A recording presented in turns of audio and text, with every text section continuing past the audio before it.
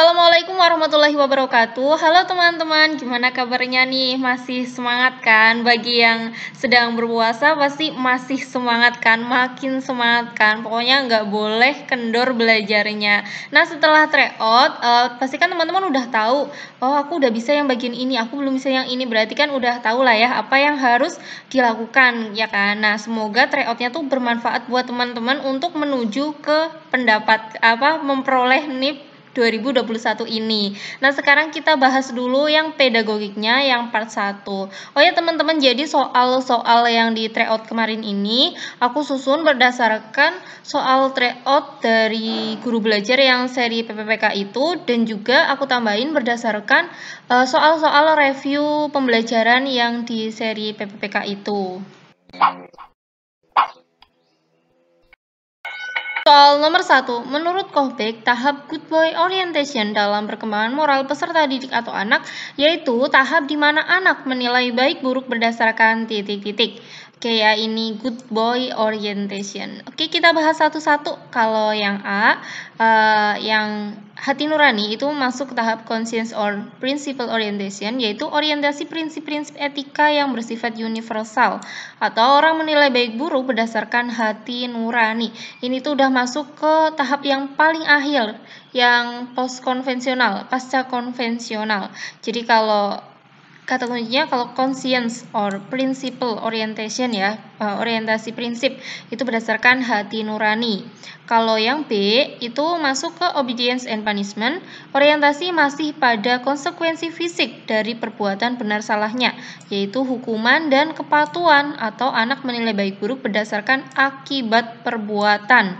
Itu ya, kalau obedience and punishment itu tahap yang pertama yang di prakonvensional. Ini udah sering lah ya teman-teman, obedience and punishment itu berdasarkan akibat perbuatan. Kalau kontrak atau imbal jasa itu masuk yang tahap naively egoistic orientation, orientasi anak pada instrumen relatif, anak menilai baik buruk berdasarkan kontrak atau imbal jasa. Jadi ini ya egois gitu ya, ada katanya egoistik gitu. Jadi berdasarkan kontrak atau imbal jasa. Jadi maksudnya tuh ini tuh nguntungin gak sih buat aku, kayak gitulah intinya. Kalau yang ini, yang D, itu good boy orientation. Perbuatan baik adalah yang menyenangkan, membantu, atau disepakati oleh orang lain. Jadi orientasinya good boy gitu ya, lelaki yang baik ya kan. Nah, orang menilai baik buruk atau anak menilai baik buruk itu berdasarkan persetujuan orang lain. Karena tadi, pokoknya perbuatan baik itu yang menyenangkan, membantu orang lain, disepakati orang lain. Nah, berarti jawabannya itu yang D.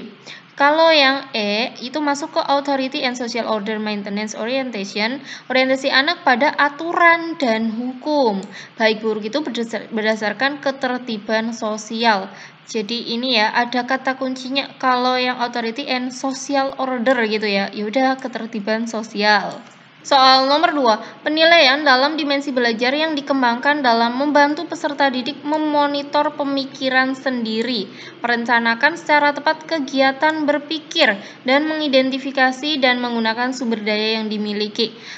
Di sini tuh udah ada kata kuncinya ya teman-teman. Ini pemikiran sendiri, kegiatan berpikir. Ya udah, yang ada pikiran-pikirannya gitu. Berarti nanti jawabannya itu yang E ya teman-teman, kalau berdasarkan kata kuncinya. Jawabannya itu yang E, yang ini. Nah, cuman kita bahas satu-satu sambil mengingat lagi. Kalau yang A, memperluas dan menyaring pengetahuan, itu membantu peserta didik mengembangkan proses penalaran kompleks. Nah, di sini itu ingatnya membandingkan, mengklasifikasikan, mengabstraksikan, masih kata kerjanya aja dulu.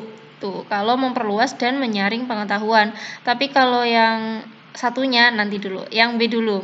Sikap dan persepsi itu membantu peserta didik mengembangkan sikap dan persepsi positif tentang iklim belajar di kelas. Ini ya, sikap dan persepsi, iklim belajar, sikap. Terus ini isinya apa aja? Itu perasaan diterima baik oleh guru maupun teman sebaya, percaya diri dan sikap menerima orang lain. Kalau yang C menggunakan pengetahuan secara bermakna. Jadi ini antara A dengan C yang agak mirip, teman-teman. Kalau di sini ada kata kuncinya bermakna, membantu peserta didik mengembangkan proses penalaran kompleks, sama dengan yang ini. Cuman bedanya kalau yang ada kata bermaknanya itu nanti lebih ke penerapan, ya kan, membuat keputusan, memecahkan masalah, penemuan eksperimental dan sebagainya. Kalau yang D memperoleh dan mengintegrasikan pengetahuan, itu kata kuncinya itu membantu peserta didik memperoleh pengetahuan secara deklaratif dan pengetahuan prosedural. Yang pengetahuan deklaratif itu meliputi mengonstruk makna, mengorganisasikan, menyimpan pengetahuan deklaratif.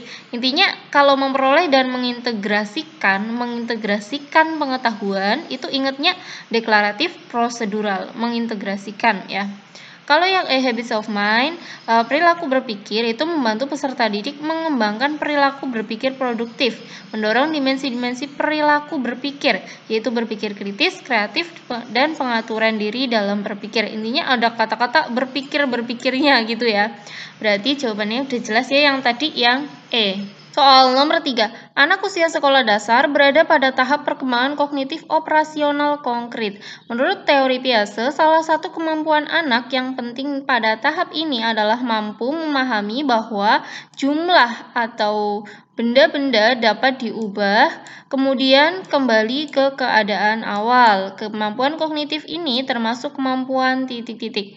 Kita bahas satu-satu. Kalau yang A, konservasi, itu artinya kuantitas itu tidak berhubungan dengan tampilan. Jadi konservasi ya, air di gelas yang besar dan kecil jumlahnya sama. Misalnya sama-sama 100 ml, mau ditaruh gelas yang kecil ataupun gelas yang besar banget, ya jumlahnya sama. Kalau yang B, seriation, itu artinya pengurutan, mengurutkan objek menurut ukuran, bentuk, dan lain sebagainya. Misalnya mengurutkan dari panjang ke pendek, atau dari yang paling besar ke yang paling kecil. Kalau yang C, klasifikasi, itu memberi nama dan mengidentifikasi benda menurut tampilannya. Misalnya dikelompok-kelompokin berdasarkan ini itu yang bentuknya bulat, ini yang bentuknya persegi gitu. Kalau decentering itu mempertimbangkan beberapa aspek. Misalnya, ini bukan sangkir ya, cangkir harusnya. Cangkir yang pendek dan lebar isinya itu tidak lebih sedikit dari cangkir yang tinggi dan panjang. Nah, kalau isinya itu ya, jadi enggak cuma ngelihat ini tuh pendek loh, ini tuh tinggi kayak gitu. Jadi intinya mempertimbangkan beberapa aspek. Kalau reversibility itu artinya jumlah atau benda-benda dapat diubah kemudian kembali ke keadaan awal. Misalnya kita belajar penjumlahan 4 tambah 4, 8. 8 kurangi 4, ya 4 kayak gitu. Jadi reversible gitu ya, dapat kembali ke keadaan awal. Jadi jawabannya itu yang E. Soal nomor 4, kemampuan untuk mengkoordinasikan serta mengembangkan proses berpikir dengan cara merekam, membuat analisis dan sintesis merupakan kapabilitas titik-titik. Jadi menurut Gagne itu ada beberapa kapabilitas ya. Yang pertama itu informasi verbal, yaitu kemampuan mengkomunikasikan secara lisan pengetahuannya tentang fakta-fakta yang diperoleh secara lisan, membaca buku dan sebagainya.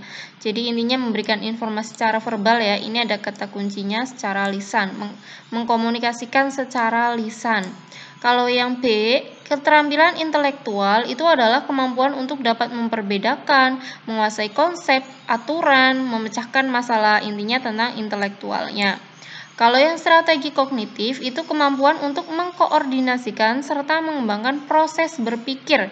Jadi ini ya, mengkoordinasikan dan mengembangkan proses berpikir dengan cara merekam, membuat analisis, dan sintesis.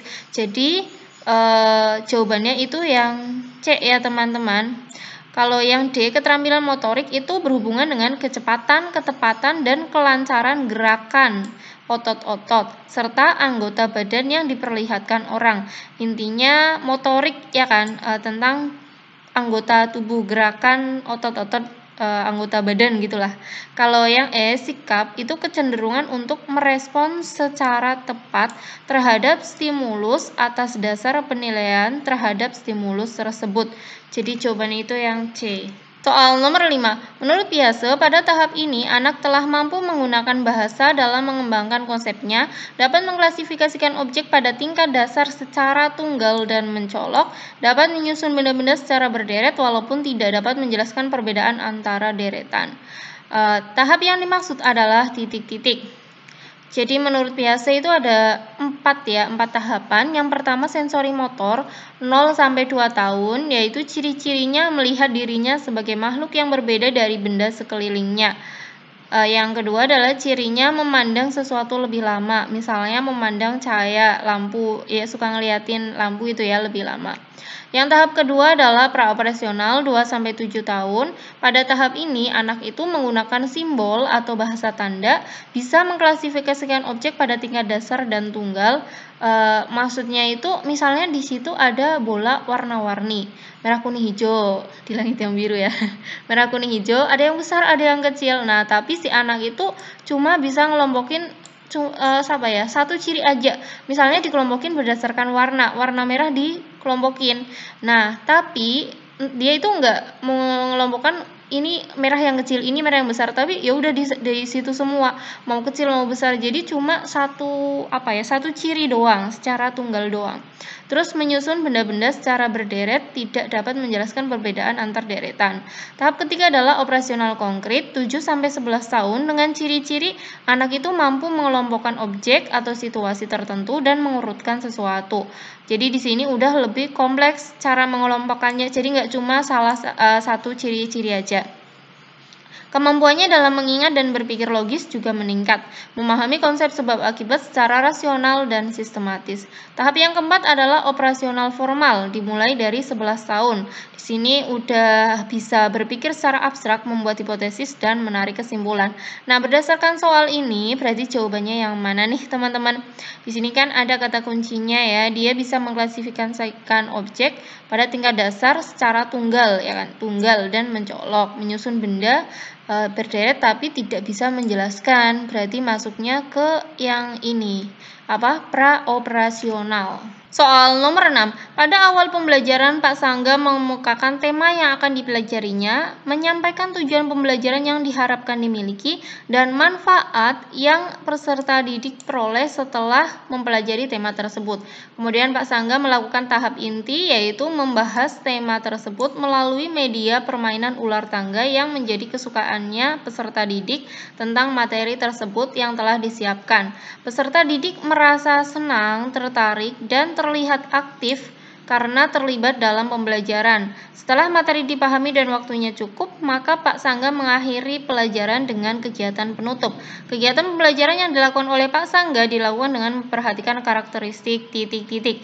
Oke, kita bahas satu-satu ya. Kalau yang A, etnik itu enggak ya teman-teman. Di sini enggak ada kata-kata suku bangsa ya kan. Kultural juga enggak.